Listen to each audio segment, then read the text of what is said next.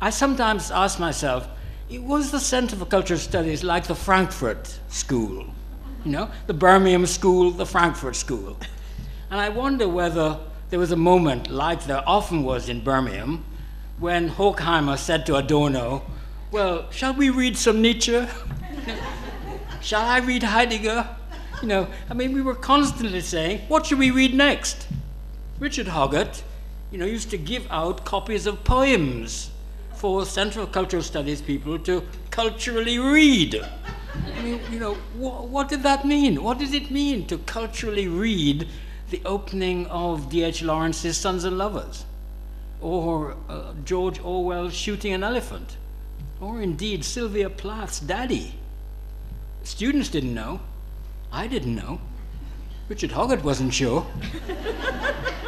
So he said, well, let's read some other things which might put these things in context. You know, I can't describe to you how primitive a level this operation is developing at. So when I hear, you know, the Birmingham School, you know, we occupied the most marginal places in the Birmingham campus. We were lodged underneath the clock tower.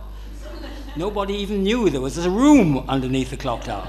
Then we moved to the edge of the campus where we overlooked the playing fields. Nobody knew there were any students out there either.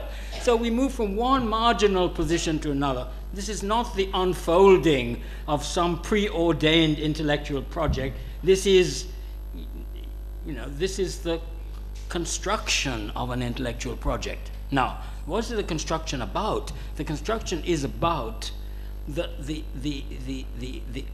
overwhelming sense that we were in a new moment, in a new conjuncture, and that new conjuncture required serious intellectual work, serious research, serious thinking about, sustained, independent, original, innovative thinking, and that this would disturb and shake the traditional shape of knowledge, the existing disciplinary framework, the boundaries, the boundary between what it is possible to say within an intellectual discourse and what is happening outside.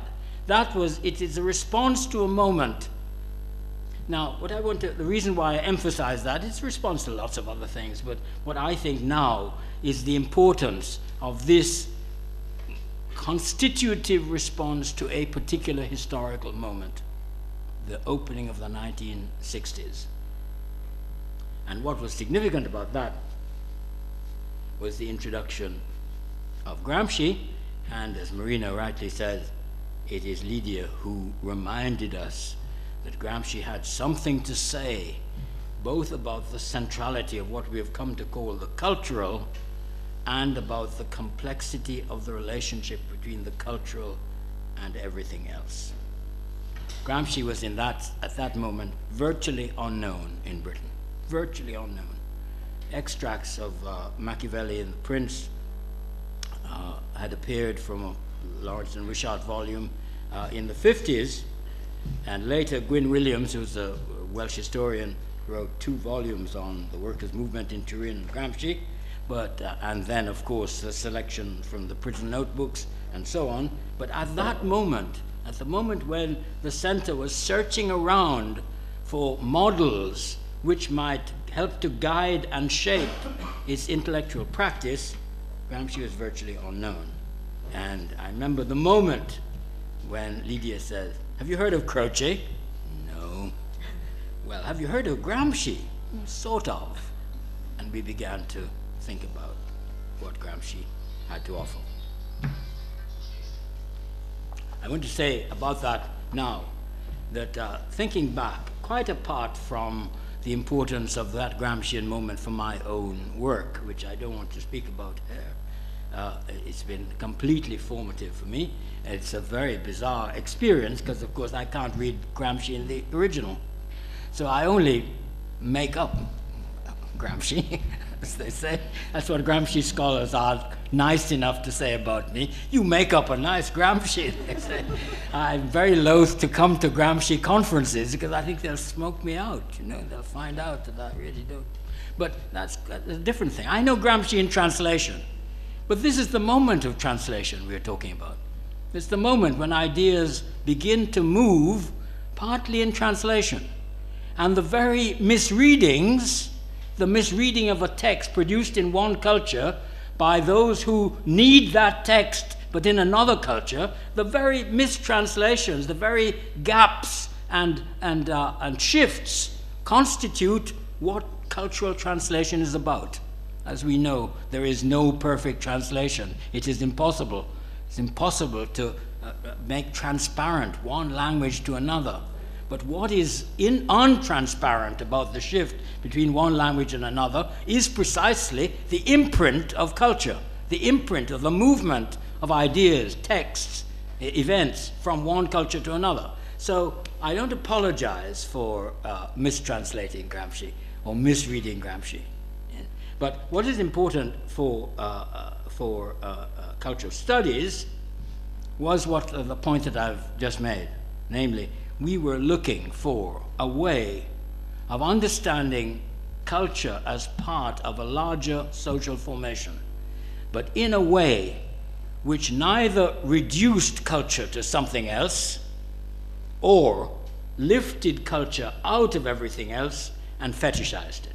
Neither reduction nor fetishization, but the linkage between the cultural and other things, that is to say, the articulation, the question of articulation.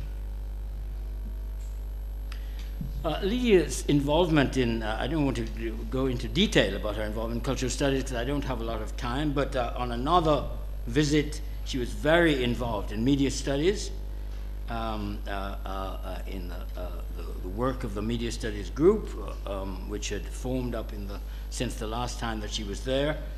The Unity of Current Affairs Television, which we published, was very much a text in whose production, the work and research involved in that. This was around questions of media narrative, around the question of how to decode a text politically, how to understand the relationship between text and political context. One of the sets of informal seminars which Lydia and I have constantly held is in our shared interest in popular culture, in popular television and popular narrative, and very much then the involvement of Lydia in the work of the women at the center in feminism and in the volume which was subsequently published as Women Take Issue, and the intervention of feminism in cultural studies, the way in which the slow configuration of a field of work that I've tried to describe was then reconfigured by feminism and reconfigured by race, and a series of interruptions, an interrupted field being itself interrupted is how we can understand how cultural studies develops conceptually in that early period. I can only speak really until the end of until the 70s, the mid-80s.